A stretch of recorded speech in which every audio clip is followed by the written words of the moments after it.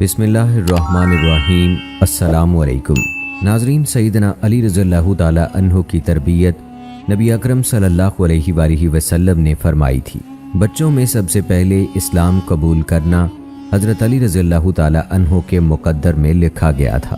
اس مقام پر حضرت علی رضی اللہ تعالیٰ عنہ کا اس قول کا ذکر ضروری ہے جس میں آپ نے رسول اکرم صلی اللہ علیہ وآلہ وسلم کی زیارت کی لذت آفریں کیفیت کو بیان کر کے ثابت کر دیا کہ عظمت رسول صلی اللہ علیہ وآلہ وسلم کا پرچم سر بلند کرنا اور اطاعت مصطفیٰ صلی اللہ علیہ وآلہ وسلم کی قندیل دل میں روشن رکھنا ہی ایمان کی اساس ہے۔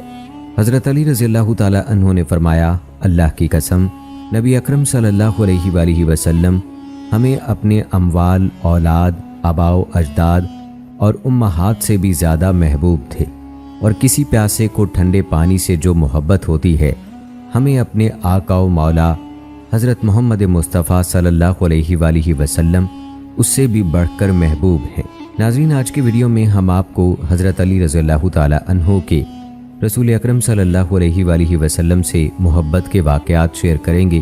حضرت علی رضی اللہ تعالیٰ عنہ کی زندگی میں قرآن مجید کا کردار کیا تھا یہ بھی آپ کو بتائیں گے، اور ناظرین کرام، حضرت علی رضی اللہ تعالیٰ عنہ رسول اکرم صلی اللہ علیہ وآلہ وسلم کی محبت میں کس طرح سے گرفتار تھے اور ان کی اتباع اور اطاعت کرنے کی کس طرح سے تلقین فرماتے تھے، وہ واقعات بھی آج کی ویڈیو کا حصہ ہیں۔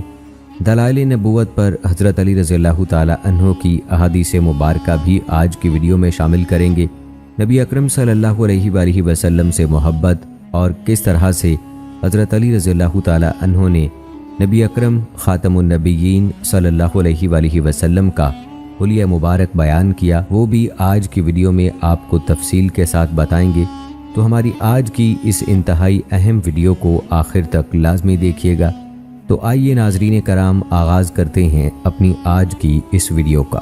ناظرین کرام، امیر المومنین حضرت علی رضی اللہ تعالیٰ عنہ نے اپنی پوری زندگی قرآن ہی کی مائیت میں بسر کر دی۔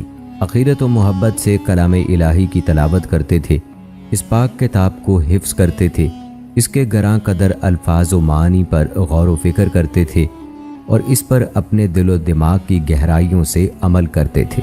وہ فرمایا کرتے تھے، جس نے قرآن پڑھا پھر فوت ہونے کے بعد جہنم کا مستحق قرار پایا، وہ دراصل ان لوگوں میں سے تھا جو اللہ تعالیٰ کی آیات کا مذاق اڑاتا تھا۔ وہ فرمایا کرتے تھے، ان لوگوں کو مبارک ہو جو محمد صلی اللہ علیہ وآلہ وسلم کو تمام انسانوں سے زیادہ محبوب تھے۔ فرماتے تھے، میں کسی ایسے عقل مند کو نہیں جانتا کہ وہ رات کو سورہ بقرہ کی آخری 3 آیتیں پڑھے بغیر سو گیا ہو۔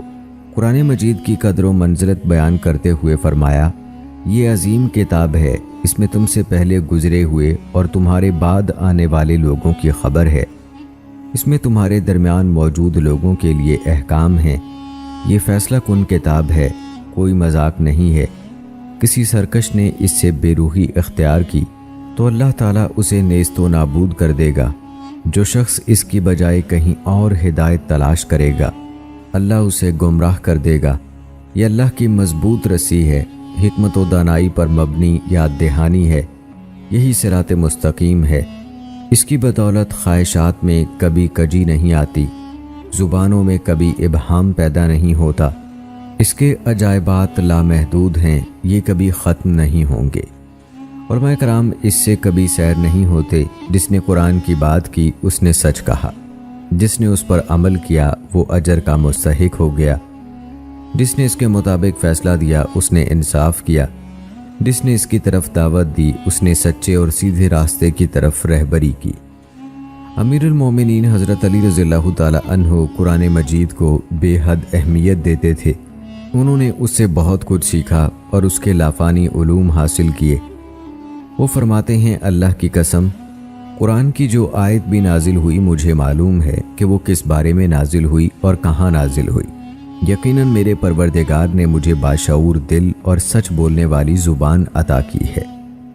وہ اکثر فرماتے تھے، مجھ سے کتاب اللہ کے مطالب و مفاہیم پوچھو، جو آیت بھی نازل ہوئی مجھے معلوم ہے کہ وہ رات کو نازل ہوئی یا دن کو، میدان میں نازل ہوئی یا پہاڑوں میں، ابن عبدالبر فرماتے ہیں کہ حضرت علی رضی اللہ تعالیٰ عنہ ان جلیل القدر صحابہ میں سے ہیں جنہوں نے رسول اللہ صلی اللہ علیہ وآلہ وسلم کی زندگی ہی میں قرآن مجید جمع کر لیا تھا۔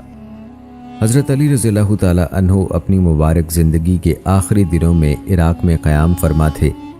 ان دنوں صحابہ کرام رضوان اللہ مجمعین میں سے بڑے بڑے اجل علماء باقید حیات تھے۔ اس ہجوم نجوم میں بھی حضرت علی رضی اللہ تعالیٰ عنہ فرمایا کرتے تھے، اس سے پہلے کہ میں تمہارے مابین موجود نہ رہوں، مجھ سے قرآن مجید کے مطالب و مفاہیم معلوم کر لو۔ سیدنا علی رضی اللہ تعالیٰ عنہ کی مبارک سیرت کا سب سے گراں قدر پہلو یہ تھا کہ آپ جہالت زدہ افراد اور احکام دین سے یکسر ناآشنا لوگوں کو قرآن مجید کی تعلیم، سیرت نبوی کی تدریس اور حق و صداقت کی طرف ان کی رہبری کے لیے بڑے بے قرار رہتے تھے۔ یقیناً سیدنا علی رضی اللہ تعالیٰ عنہ اپنے دور کے بہت بڑے عالم تھے، اور علماء ربانی کا یہی طریقہ کار ہوتا ہے کہ وہ لوگوں کو بھلائی کی تعلیم و تربیت دینے پر ہمیشہ حریص رہتے ہیں۔ اور آئیے دوستو، اب تذکرہ کرتے ہیں حضرت علی رضی اللہ تعالیٰ عنہ کے بارے میں نازل ہونے والی آیات مقدسہ کا۔ قرآن مجید رسول اللہ صلی اللہ علیہ وآلہ وسلم پر نازل ہو رہا تھا۔ حضرت علی رضی اللہ تعالیٰ عنہ اس نبوی معاشرے میں وقوع پذیر ہونے والے واقعات کا مشاہدہ کر رہے تھے۔ قرآن کبھی کسی کام پر لوگوں کی تعریف کرتا تھا اور کبھی بعض کاموں سے بچنے کی تلقین اور بعض غلطیوں کی نشاندہی کرتا تھا۔ چنانچہ بعض ایسی آیات میں نازل ہوئیں جن کی بدولت امیر المومنین حضرت علی رضی اللہ تعالیٰ عنہ اور دیگر صحابہ کرام کے عظیم کارناموں کو بقائے دوام کی سند مل گئی۔ ان میں سے اللہ تعالیٰ کا فرمان یہ ہے جس کا ترجمہ ہے، یہ دو فریق ہیں، ان کے درمیان اپنے رب کے معاملے میں جھگڑا ہے۔ ان میں سے وہ لوگ جنہوں نے کفر کیا، ان کے لیے آگ کے لباس تیار کیے جا چکے ہیں، ان کے سروں پر کھولتا ہوا پانی ڈالا جائے گا، ان سے ان کی کھالیں ہی نہیں پیٹ کے اندر کے حصے بھی گل جائیں گے، اور ان کی خبر لینے کے لیے لوہے کے گرز ہوں گے۔ جب بھی وہ گھبرا کر جہنم سے نکلنے کی کوشش کریں گے، پھر اسی میں دھکیل دیے جائیں گے کہ اب جلنے کی سزا کا مزہ چکھو۔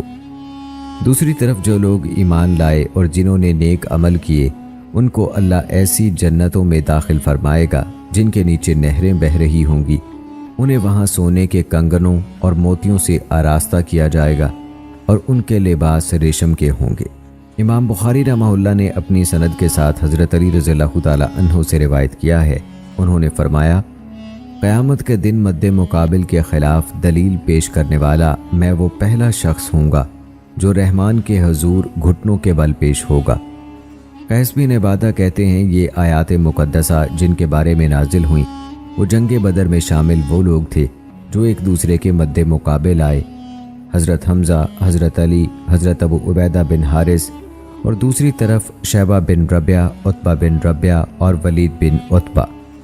حضرت علی رضی اللہ تعالیٰ عنہ ان لوگوں میں شامل ہیں جن کے بارے میں یہ آیات مقدسہ نازل ہوئیں، جن کا ترجمہ ہے، یہ علم آ جانے کے بعد ان میں سے جو بھی اس معاملے میں تم سے جھگڑا کرے تو اے نبی اس سے کہو کہ آؤ بذات خود ہم بھی اور تم بھی آ جائیں اور اپنے اپنے بال بچوں کو بھی ساتھ لے آئیں اور اللہ سے دعا کریں کہ جو بھی جھوٹا ہو اس پر اللہ کی لعنت ہو۔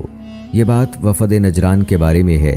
اس وفد نے نبی کریم صلی اللہ علیہ وآلہ وسلم سے عیسیٰ علیہ السلام کے بارے میں مباحثہ کیا۔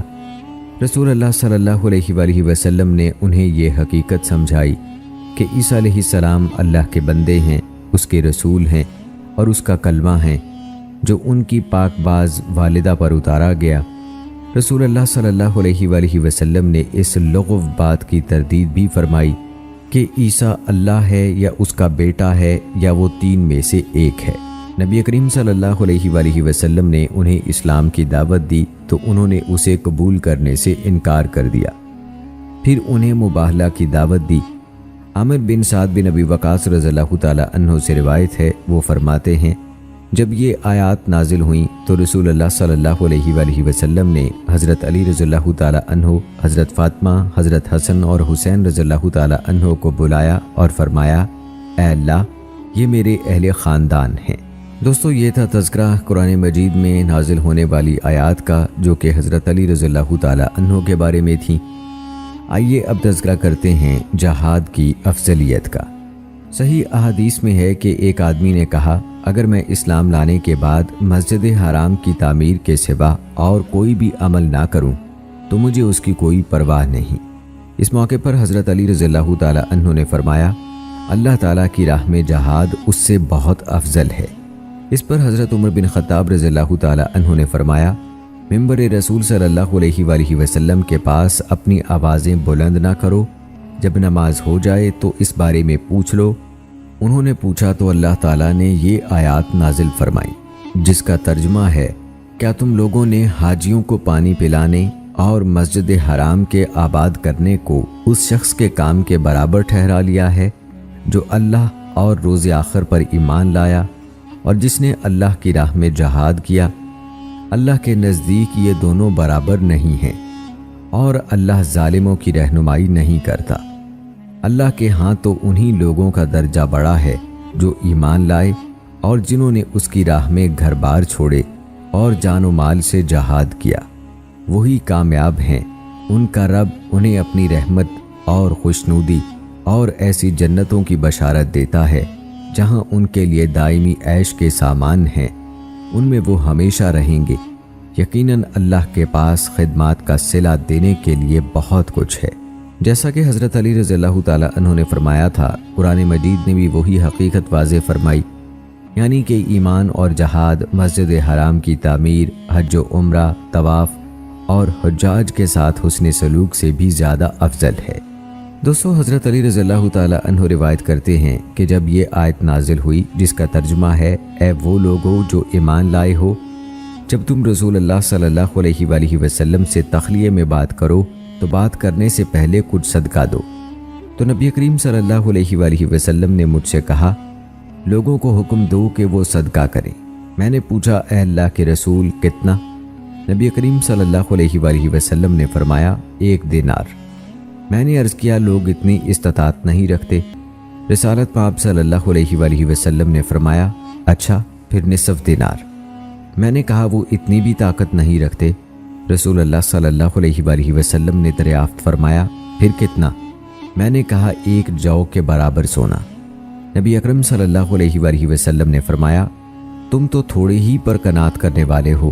اس موقع پر اللہ تعالیٰ نے یہ آیت نازل فرمائی جس کا ترجمہ ہے، کیا تم اس بات سے ڈر گئے کہ تخلیے میں گفتگو کرنے سے پہلے تمہیں صدقات دینے ہوں گے؟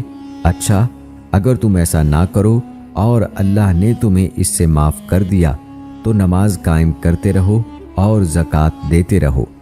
حضرت علی رضی اللہ تعالی عنہ فرمایا کرتے تھے، اللہ تعالیٰ نے اس امت پر یہ تخفیف میری وجہ سے فرمائی تھی۔ حضرت علی رضی اللہ تعالی عنہ نے رسول اللہ صلی اللہ علیہ وآلہ وسلم کی پیش کردہ تفسیر سے استفادہ کیا اور ان سے جو کچھ سیکھا اسے لوگوں تک پہنچایا۔ اس کی چند مثالیں آپ کو دوستو اب بتاتے ہیں۔ اللہ تعالیٰ کا فرمان ہے، سورہ واقعہ میں اللہ تعالیٰ نے فرمایا، اور اس نعمت میں تم نے اپنا حصہ یہ رکھا کہ اسے جھٹلاتے ہو۔ حضرت علی رضی اللہ تعالی عنہ سے روایت ہے کہ انہوں نے اس آیت کی تفسیر میں فرمایا، تمہارا شکر کرنے کا اسلوب یہ ہے کہ تم اسے جھٹلاتے ہو اور اللہ کی طرف نسبت دینے کی بجائے یہ کہتے ہو کہ فلاں اور فلاں ستارے کے طلوع و غروب کے نتیجے میں ہم پر بارش نازل ہوئی۔ دوستو حضرت علی رضی اللہ تعالی عنہ سے روایت ہے، انہوں نے فرمایا، ہم بقیع الغرقد قبرستان میں ایک جنازے میں شریک تھے۔ ہمارے پاس رسول اللہ صلی اللہ علیہ وآلہ وسلم تشریف لائے اور بیٹھ گئے۔ ہم بھی ان کے گرد بیٹھ گئے۔ آپ کے پاس ایک لاٹھی تھی، آپ نے اسے الٹا کر دیا اور اس کی نوک سے زمین کریدنے لگے۔ پھر فرمایا، تم میں سے کوئی سانس لینے والا نہیں ہے مگر اللہ تعالیٰ نے جنت اور دوزخ میں اس کا مقام لکھ دیا ہے، اور یہ بھی لکھ دیا ہے کہ وہ بدقسمت ہے یا نیک بخت۔ ایک آدمی نے عرض کیا، اے اللہ کے رسول، کیا اب ہم اسی لکھے ہوئے فیصلے پر بھروسہ نہ کر لیں اور عمل کرنا چھوڑ دیں؟ جو نیک بختوں میں سے ہے وہ نیک بختوں والے اعمال کرے گا، اور جو اہل شقاوت میں سے ہے وہ اسی قسم کے افعال انجام دے گا۔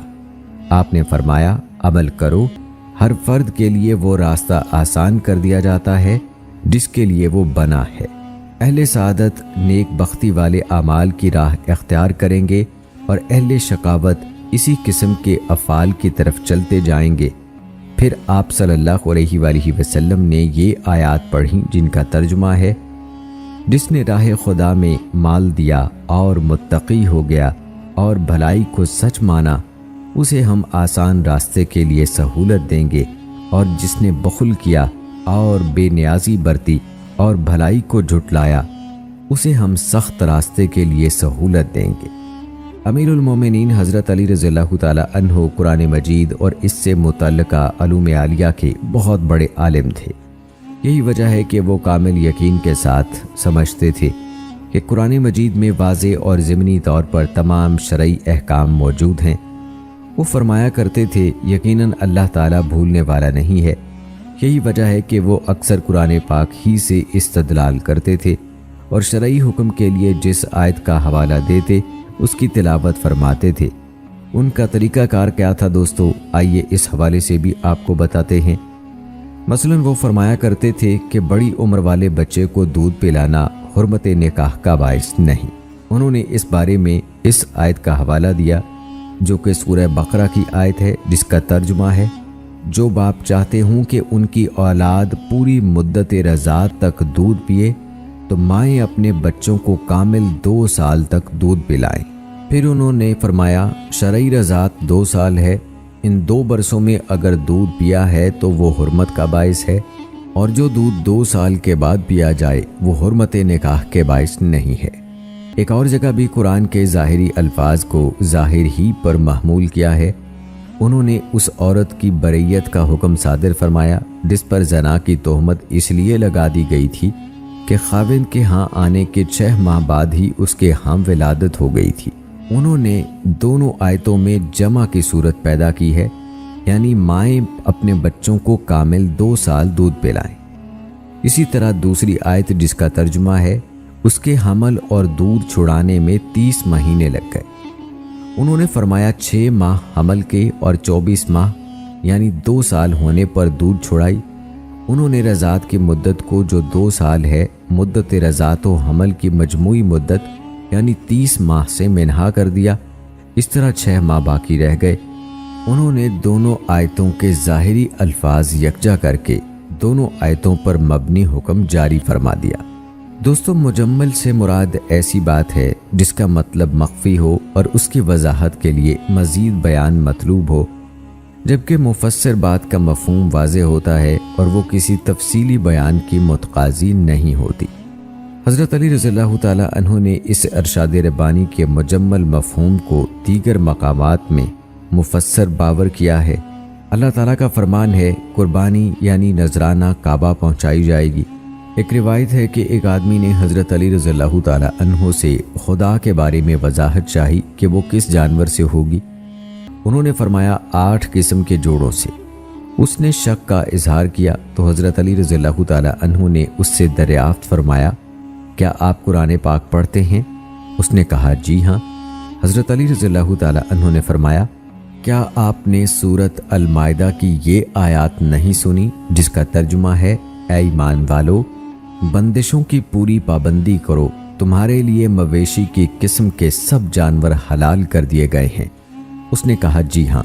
تو آپ نے فرمایا، کیا تم نے یہ فرمان الہی بھی نہیں سنا جو کہ سورہ الحج کا ہے، جس کا ترجمہ ہے، اور چند معلوم دنوں میں ان پالتو چوپاؤں پر اللہ کا نام ذکر کریں جو اس نے انہیں دیے ہیں۔ پھر اللہ تعالیٰ نے سورہ الانعام میں بھی ارشاد فرمایا، اور مویشیوں میں سے ایسے جانور بھی پیدا کیے جن سے سواری اور بار برداری کا کام لیا جاتا ہے، اور ایسے بھی جو زمین سے لگے ہوئے پست قد، ان چیزوں میں سے کھاؤ جو اللہ نے تمہیں بخشی ہیں۔ پھر فرمایا، کیا تم نے یہ بھی سنا ہے جس کا ذکر اللہ تعالیٰ نے سورہ الانعام میں کیا ہے؟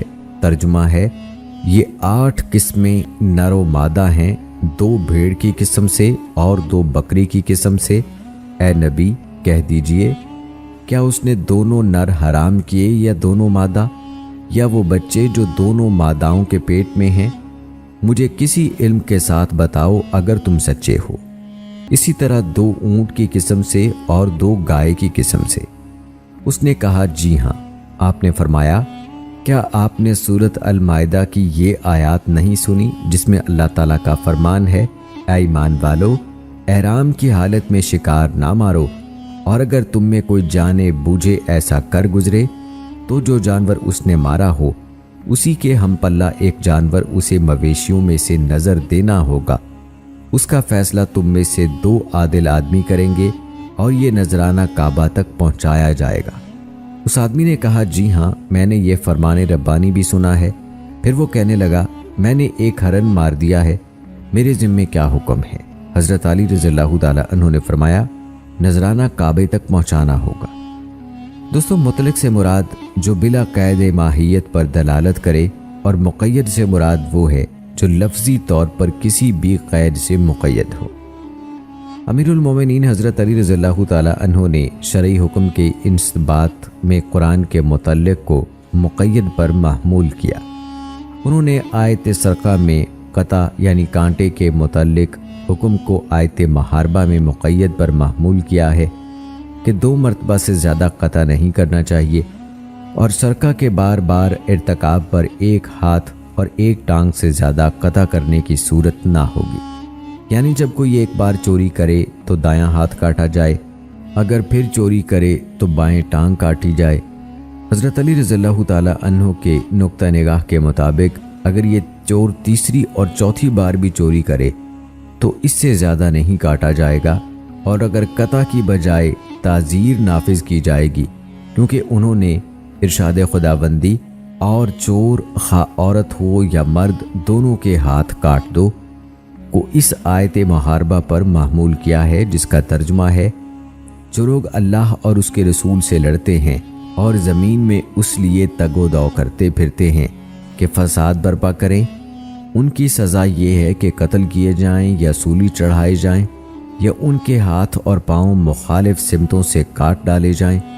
ان کا ارشاد ہے کہ اللہ تعالیٰ نے آیت محاربہ میں 1 ہاتھ اور 1 ٹانگ کاٹنے سے زیادہ کا حکم نہیں دیا۔ ایسی صورتحال میں وہ مجرم کو قید کرنے کا حکم دیتے ہیں۔ امام شعبی سے روایت ہے، انہوں نے فرمایا حضرت علی رضی اللہ تعالی عنہ 1 ہاتھ اور 1 ٹانگ کے علاوہ عضو بدن قطعی نہیں فرماتے تھے۔ اگر کوئی اس کے بعد بھی چوری کا مرتکب ہو تو جیل میں ڈال دیتے تھے یا کوئی اور عبرتناک سزا دیتے تھے، اور فرماتے تھے مجھے اللہ تعالیٰ سے شرم آتی ہے کہ میں اس کا کوئی ہاتھ بھی باقی نہ چھوڑوں جس سے وہ کھانا کھائے اور استنجا کرے۔ دوستو اسی طرح سے حضرت علی رضی اللہ تعالی عنہ کے ذریعے سے اللہ تعالیٰ نے قرآن پاک میں ہمیں بہت ساری ایسی آیات نازل کی ہیں جن میں خواتین کے بہت سارے مسائل کا ہمیں پتہ چلا ہے۔ قرآن مجید کے فہم کے حوالے سے امیر المومنین حضرت علی رضی اللہ تعالی عنہ کا منہج لغت عرب پر نگاہ رکھنا تھا، جیسا کہ انہوں نے اس فرمان الہی میں اقراء سے حیض مراد لیا ہے۔ اللہ تعالیٰ کا فرمان ہے جس کا ترجمہ ہے جن عورتوں کو طلاق دی گئی ہو وہ 3 مرتبہ ایام ماہواری آنے تک اپنے آپ کو روکے رکھیں، اور فرمایا کہ ان کی عدت تیسرے حیض سے پاک ہونے پر مکمل ہوگی۔ اس لیے حضرت علی رضی اللہ تعالی عنہ نے متعلقہ عورت کے بارے میں فرمایا کہ وہ بصورت رجوع اپنے شوہر کے لیے تیسرے حیض کے بعد ہی حلال ہوگی۔ امیر المومنین حضرت علی رضی اللہ تعالی عنہ اللہ تعالیٰ کے اس فرمان جس کا ترجمہ ہے اللہ نے کافروں کے لیے مومنوں پر غالب آنے کی ہرگز کوئی سبیل نہیں رکھی سے یہ سمجھتے ہیں کہ اس سے مراد قیامت کا دن ہے، اور وہ اسی آیت میں مذکور ہے۔ جب ایک آدمی نے ان سے پوچھا کہ اس آیت کا کیا مطلب ہے تو حضرت علی رضی اللہ تعالی عنہ نے فرمایا قریب ہو جاؤ، اللہ تعالیٰ ہی قیامت کے دن تمہارے اور اس کے معاملے کا فیصلہ کرے گا۔ اس فیصلے میں اللہ تعالیٰ نے کافروں کے لیے مسلمانوں پر غالب آنے کی کوئی سبیل ہی نہیں رکھی۔ ایک نص سے دوسری نص کو ملا کر سمجھنے کی ایک اور مثال یہ ہے، اللہ تعالیٰ کا فرمان ہے اپنی نمازوں کی نگہداشت رکھو، خصوصاً صلاۃ وسطیٰ یعنی درمیانی نماز کی، اور اللہ کے آگے اس طرح کھڑے رہو جیسے تابع فرمان غلام۔ صلاۃ وسطیٰ سے مراد نماز عصر ہے۔ اس میں انہوں نے احزاب کے دن رسول اللہ صلی اللہ علیہ وآلہ وسلم کی بیان کردہ حدیث کی نص سے استدلال کیا ہے کہ انہوں نے ہمیں صلاۃ وسطیٰ یعنی صلاۃ عصر سے غافل کر دیا، اللہ ان کے گھروں اور قبروں کو آگ سے بھر دے۔ امیر المومنین حضرت علی رضی اللہ تعالی عنہ کے فہم قرآن کے حوالے سے ایک اسلوب یہ ہے کہ جس قرآنی مسئلے میں اشکال ہو اس کے بارے میں سوال کیا جائے۔ مثلاً حج اکبر کے حوالے سے ایک قرآنی آیت ہے، اس سے متعلق ایک سوال ہے، اس قرآنی آیت کا ترجمہ ہے اطلاع عام ہے اللہ اور اس کے رسول صلی اللہ علیہ وآلہ وسلم کی طرف سے حج اکبر کے دن۔ اس سلسلے میں انہوں نے فرمایا کہ میں نے رسول اللہ صلی اللہ علیہ وآلہ وسلم سے یہ سوال کیا کہ حج اکبر کا دن کون سا ہے؟ آپ نے فرمایا یوم النحر یعنی قربانی کا دن۔ دوستو، جس پس منظر میں آیات نازل ہوئیں ان کے اسباب جاننا اور ان سے حکم اخذ کرنا قرآن کا مفہوم سمجھنے میں بڑی مدد دیتا ہے، کیونکہ سبب نزول کا بیان کتاب الہی کا مفہوم سمجھنے کا صحیح اور مستحکم طریقہ ہے۔ امیر المومنین حضرت علی رضی اللہ تعالی عنہ آیات کے بارے میں اسباب نزول کے علم میں اتنے بلند رتبے پر فائز تھے کہ وہ کتاب الہی کے حوالے سے سوال کرنے کی ترغیب دیتے تھے اور فرماتے تھے مجھ سے کتاب اللہ کے بارے میں پوچھو اور سوال کرو، اللہ کی قسم کوئی بھی آیت ہو میں جانتا ہوں کہ وہ رات کو نازل ہوئی ہے یا دن کو۔ ایک اور روایت میں ہے کہ کوئی بھی آیت ہو میں جانتا ہوں کہ وہ کس بارے میں نازل ہوئی ہے۔ نزول قرآن کے وقت عرب اور ان کے گرد رہنے والے یہود و نصارہ کے مزاج و عادات کی پہچان کا قرآن کریم کے فہم میں بڑا کردار ہے۔ حضرت علی رضی اللہ تعالی عنہ اسی زمانے میں زندگی بسر کر رہے تھے اور وہ ان کی بہت سی ان عادات اور رسوم و رواج کو خوب جانتے اور سمجھتے تھے جن سے قرآن کریم نے روکا ہے یا انہیں صحیح قرار دیا ہے۔ دوستو، حضرت علی رضی اللہ تعالی عنہ فرماتے ہیں جب کوئی نیک بندہ فوت ہوتا ہے تو زمین پر اس کی نماز پڑھنے والی جگہ، اس کے نیک اعمال والی زمین اور آسمان تک پہنچنے والے اعمال کی جگہ روتی ہے۔ پھر آپ نے ایک آیت تلاوت فرمائی جس کا ترجمہ ہے مجرم لوگوں کے بارے میں فرمایا پھر نہ آسمان ان پر رویا نہ زمین۔ امیر المومنین حضرت علی رضی اللہ تعالی عنہ سے سورہ مومنون کی اس آیت دوم کے بارے میں وضاحت چاہی گئی جس کا ترجمہ ہے جو اپنی نماز میں خشوع اختیار کرتے ہیں۔ انہوں نے جواب دیتے ہوئے فرمایا خشوع دل میں ہوتا ہے، نیز یہ کہ تم دوسرے مسلمانوں کے لیے اپنا پہلو نرم رکھو اور نماز میں ادھر ادھر متوجہ نہ ہو۔ امیر المومنین حضرت علی رضی اللہ تعالی عنہ سے ایک آیت کے بارے میں سوال کیا گیا جس کا ترجمہ ہے وہ دن جب آئے گا تو متقین کو چھوڑ کر باقی سب دوست ایک دوسرے کے دشمن ہو جائیں گے۔ اس کے جواب میں انہوں نے فرمایا یہ دو مومن دوستوں اور دو کافر دوستوں کی داستان ہے۔ ان دونوں مومنوں میں سے ایک فوت ہو گیا، اسے جنت کی بشارت ملی تو اسے اپنا مومن دوست یاد آیا۔ وہ کہنے لگا اے میرے رب، میرا فلاں دوست مجھے ہمیشہ خیر و بھلائی کا حکم دیتا اور برائی سے منع کرتا تھا، وہ مجھے تیری اور تیرے رسول صلی اللہ علیہ وآلہ وسلم کی اطاعت اختیار کرنے کی تاکید کرتا تھا، وہ مجھے بتاتا تھا کہ میری تم سے ملاقات ہوگی، اے میرے رب میرے بعد اسے گمراہ نہ کر دینا، اسے اسی طرح ہدایت سے سرفراز کرنا جیسے اس نے مجھے راہ دکھائی، اس کو عزت عطا فرمانا جس طرح اس نے مجھے عزت دی۔ پس جب یہ دوسرا مومن فوت ہوا تو ان دونوں دوستوں کو جنت میں اکٹھا کر دیا گیا اور دونوں سے کہا گیا تم دونوں ایک دوسرے کی تعریف کرو۔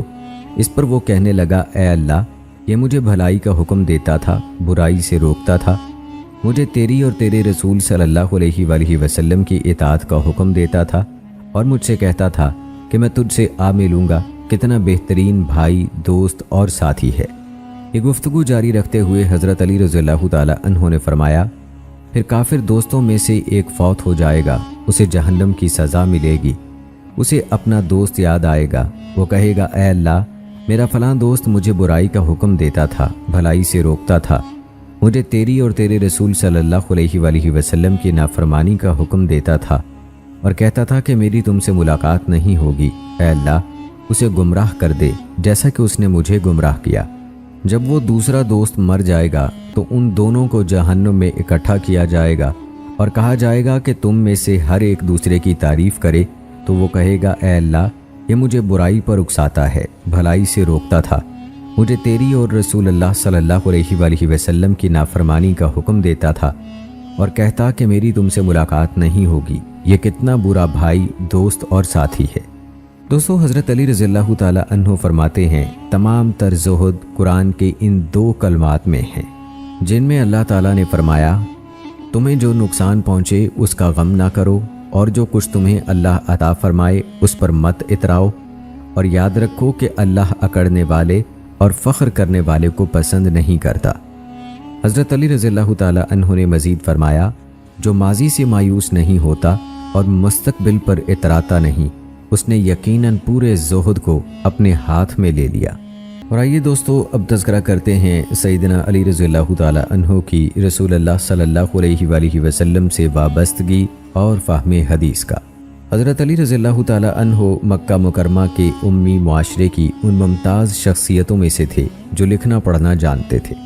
یہ بچپن ہی سے علم سے ان کی محبت اور شغف کی دلیل ہے۔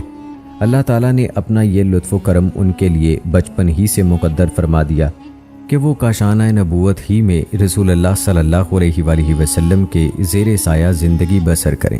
اسلام قبول کرنے کے بعد ان پر رسول اللہ صلی اللہ علیہ وآلہ وسلم کی عنایات میں مزید اضافہ ہو گیا۔ رسول اللہ صلی اللہ علیہ وآلہ وسلم نے ان کی بڑی حوصلہ افزائی فرمائی۔ اس طرح ان کی شخصیت پر رسالت مآب صلی اللہ علیہ وآلہ وسلم کی بے مثل شخصیت کا بڑا گہرا اثر پڑا۔ اسی وجہ سے ان کی صلاحیتیں بیدار ہوتی چلی گئیں، ان کا قلب نہایت پاکیزہ ہو گیا، ان کی عقل منور ہو گئی، ان میں اعلیٰ درجے کی روحانی بصیرت پیدا ہو گئی، اور وہ دینی تہذیب کا درخشاں نمونہ اور نمائندہ بن گئے۔ مکہ اور مدینہ دونوں جگہ انہوں نے رسول اللہ صلی اللہ علیہ وآلہ وسلم کے ساتھ گہری وابستگی قائم و دائم رکھی۔ جب آپ صلی اللہ علیہ وآلہ وسلم قرآن حکیم کی روشنی میں اپنے صحابہ رضوان اللہ مجمعین کی تربیت فرما رہے تھے، ان دنوں حضرت علی رضی اللہ تعالی عنہ نے قرآن مجید کے علوم خوب سیکھے اور رسول اللہ صلی اللہ علیہ وآلہ وسلم کی ذات بابرکات سے تہذیب و تربیت حاصل کی۔ نبی اکرم صلی اللہ علیہ وآلہ وسلم کو جو حالات و واقعات پیش آئے، ان کی مناسبت سے بتدریج آیات نازل ہوتی تھیں اور آپ اپنے اصحاب کو سناتے تھے۔ آپ صلی اللہ علیہ وآلہ وسلم ان کے معنی و مفہوم سے گہری واقفیت حاصل کرنے کے علاوہ ان کے بنیادی اصولوں سے بڑے گہرے اثرات قبول کرتے تھے۔ قرآن مجید کا ان کے نفوس، ان کی روحانی کیفیت اور ان کی عقل اور دل پر بڑا زبردست اثر تھا۔ حضرت علی رضی اللہ تعالی عنہ نے بھی آپ صلی اللہ علیہ وآلہ وسلم کے زیر سایہ قرآنی تربیت کا نہایت گہرا اثر قبول کیا اور رسالت مآب صلی اللہ علیہ وآلہ وسلم کی تعلیمات عالیہ کو اپنے دل میں جگہ دی۔ حضرت علی رضی اللہ تعالی عنہ نے اسلام کو گلے لگانے کے بعد قرآن کریم کے حفظ، اس کے فہم، غور و فکر اور تدبر کا خاص اہتمام کیا۔ آپ نے رسول اکرم صلی اللہ علیہ وآلہ وسلم سے اپنی وابستگی کو اس قدر پختہ کر لیا کہ آپ نازل ہونے والی ہر آیت اور صورت بخوبی سیکھتے اور سمجھتے چلے گئے۔ اس طرح آپ نے تمام آیات اور صورتیں حفظ کر لیں۔ رسول اکرم صلی اللہ علیہ وآلہ وسلم کی صحبت اور تربیت کی برکت سے حضرت علی رضی اللہ تعالی عنہ نے خیر و بھلائی کے نہایت بیش قیمت اثاثے حاصل کر لیے۔ بعد میں جب آپ خلیفہ راشد کے اہم منصب پر فائز ہوئے تو امن اور جنگ دونوں قسم کے حالات میں آپ صلی اللہ علیہ وآلہ وسلم کے اسوہ حسنہ پر عمل کیا۔ حضرت علی رضی اللہ تعالی عنہ سنت مطہرہ کے وسیع علم و معرفت سے سرفراز ہوئے۔ انہوں نے دین کے عظیم مقاصد ہمیشہ پیش نظر رکھے۔ رسول اللہ صلی اللہ علیہ وآلہ وسلم اور حضرت علی رضی اللہ تعالی عنہ کے درمیان محبت و شیفتگی کا تعلق انتہائی مضبوط تھا۔ محبت ہی وہ چیز ہے جو استاد اور شاگرد کے درمیان تعلیم و تربیت کی بہترین فضا پیدا کرتی ہے۔ محبت نہایت اہم علمی اور ثقافتی نتائج پیدا کرتی ہے۔ رسول اللہ صلی اللہ علیہ وآلہ وسلم سے محبت کے اعلیٰ جذبے کے نتیجے میں حضرت علی رضی اللہ تعالی عنہ نے اسلام کی دعوت اور نشر و اشاعت کی راہ میں انتہائی عظیم قربانی پیش کرنے سے بھی دریغ نہیں کیا۔ دوستو، امیر المومنین حضرت علی رضی اللہ تعالی عنہ نے اطاعت رسول صلی اللہ علیہ وآلہ وسلم کی بہترین تربیت پائی۔ انہوں نے یہ آیت پڑھی، یاد کی اور اسے خوب سمجھا، جس کا ترجمہ ہے جو رسول اللہ صلی اللہ علیہ وآلہ وسلم کی اطاعت کرے اس نے اللہ تعالی ہی کی فرما برداری کی۔ یہ آیت اس سلسلہ آیات میں سے ہے جن میں اطاعت الہی اور اطاعت رسول صلی اللہ علیہ وآلہ وسلم باہم مربوط ہیں۔ اللہ تعالیٰ نے اپنی اطاعت اور اپنے رسول صلی اللہ علیہ وآلہ وسلم کی اطاعت کو ایک ہی چیز قرار دیا ہے، اور اپنے رسول صلی اللہ علیہ وآلہ وسلم کی اطاعت کے حکم کو اپنی اطاعت کے حکم کے تحت درج کیا ہے۔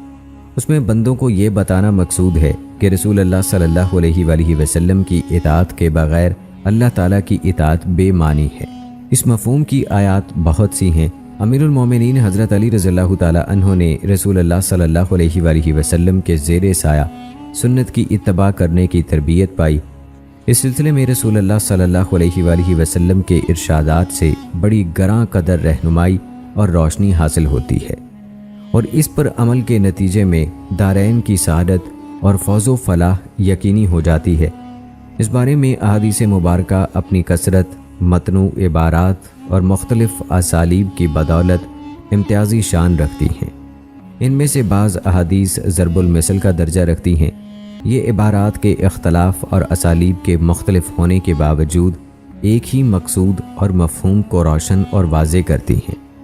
مزید برآں ان کی مخالفت کو گناہ عظیم قرار دیا گیا اور اس پر شدید وعید بیان ہوئی ہے۔ ان احادیث میں سے چند احادیث یہ ہیں۔ ارشاد نبوی ہے، میری ساری امت جنت میں داخل ہوگی ان کے سوا جنہوں نے انکار کیا۔ صحابہ نے عرض کیا، کون انکار کرے گا؟ آپ صلی اللہ علیہ وآلہ وسلم نے فرمایا، جس نے میری اطاعت کی وہ جنت میں داخل ہوگا، اور جس نے میری نافرمانی کی تو گویا اس نے انکار کیا۔ رسول اللہ صلی اللہ علیہ وآلہ وسلم کی اطاعت کا مطلب ان کی سنت پر عمل اور اس کی پیروی ہے، اور مختلف حیلوں بہانوں اور تعویلات کی بنیاد پر سنت سے روگردانی کی قطعاً گنجائش نہیں ہے۔ امیر المومنین علی رضی اللہ تعالیٰ عنہ اطاعت رسول صلی اللہ علیہ وآلہ وسلم کا انتہائی اہتمام کرتے تھے۔ انہوں نے فرمایا، میں کسی کے کہنے پر سنت نبوی کو نہیں چھوڑ سکتا۔ مزید فرمایا، سنو، میں نبی ہوں، نہ مجھ پر وحی نازل ہوتی ہے، لیکن میں حتی الامکان اللہ کی کتاب اور محمد صلی اللہ علیہ وآلہ وسلم کی سنت پر عمل کرتا ہوں۔ سنت کو مضبوطی سے تھامنے، اس کے التزام اور اس کی دعوت کا یہی بہترین نمونہ ہے۔ امیر المومنین حضرت علی رضی اللہ تعالیٰ عنہ کے اقوال و اعمال اطاعت رسول صلی اللہ علیہ وآلہ وسلم اور اتباع سنت کے اسی واضح تصور پر مبنی ہیں۔ آپ سنت کا اس قدر اہتمام کرتے تھے کہ احادیث کی روایت کو تحقیق و ثبوت کے بغیر صحیح نہ سمجھتے۔ انہوں نے ایک موقع پر فرمایا، جب میں رسول اللہ صلی اللہ علیہ وآلہ وسلم کی حدیث بیان کرتا ہوں تو مجھے ان پر جھوٹ باندھنے سے زیادہ یہ پسند ہے کہ میں آسمان سے گر پڑوں۔ ایک اور موقع پر فرمایا، جب میں جناب رسول اللہ صلی اللہ علیہ وآلہ وسلم سے خود کوئی حدیث سنتا تھا تو اللہ تعالیٰ اسے میرے لیے مفید و نافع بنا دیتا تھا، اور اگر کوئی اور مجھے کوئی حدیث سناتا تھا تو میں اس سے حلف لیتا تھا، اگر وہ قسم اٹھاتا تھا تو میں اس کی تصدیق کرتا تھا۔ ایک مرتبہ حضرت علی رضی اللہ تعالیٰ عنہ بیمار ہو گئے۔ نبی کریم صلی اللہ علیہ وآلہ وسلم ان کے پاس آئے۔ اس وقت حضرت علی رضی اللہ تعالیٰ عنہ کہہ رہے تھے، اے اللہ، اگر میری اجل آ گئی ہے تو مجھے راحت سے ہمکنار فرما، اگر میری اجل میں کچھ دیر ہے تو مجھے سر بلند کر دے، اور اگر یہ میری بیماری آزمائش ہے تو مجھے صبر کی توفیق عطا فرما۔ رسول اللہ صلی اللہ علیہ وآلہ وسلم نے ان سے دریافت فرمایا، تم نے کیا کہا ہے؟ انہوں نے وہی الفاظ دہرائے جو اللہ تعالیٰ سے عرض کیے تھے۔ یہ سن کر رسول اللہ صلی اللہ علیہ وآلہ وسلم نے دعا فرمائی، اے اللہ، انہیں شفا عطا فرما، اے اللہ، انہیں عافیت سے نواز دے۔ پھر حضرت علی رضی اللہ تعالیٰ عنہ سے فرمایا، اٹھو، کھڑے ہو جاؤ۔ وہ کہتے ہیں، میں اسی وقت کھڑا ہو گیا، اور جس تکلیف میں مبتلا تھا وہ بعد ازاں مجھے کبھی نہیں ہوئی۔ علی بن ابی طالب رضی اللہ تعالیٰ عنہ نے ایک موقع پر لوگوں سے فرمایا، جس وقت میں تمہیں رسول اللہ صلی اللہ علیہ وآلہ وسلم کی حدیث سناتا ہوں تو ان پر جھوٹ باندھنے سے بہتر یہ سمجھتا ہوں کہ میں آسمان سے گر پڑوں، اور جب میرے دل اور تمہارے درمیان کوئی بات ہو تو جنگ ایک تدبیر اور ہیلے کا نام ہے۔ میں نے رسول اللہ صلی اللہ علیہ وآلہ وسلم سے سنا ہے، وہ فرماتے تھے، آخری زمانے میں کچھ لوگ ایسے آئیں گے جو نو عمر اور بے وقوف ہوں گے، تمام مخلوقات سے زیادہ بہترین چکنی چپڑی بات کریں گے، اور دین سے اس طرح نکل جائیں گے جیسے تیر کمان سے نکلتا ہے۔ ان کا ایمان ان کے گلے سے نیچے نہیں اترے گا،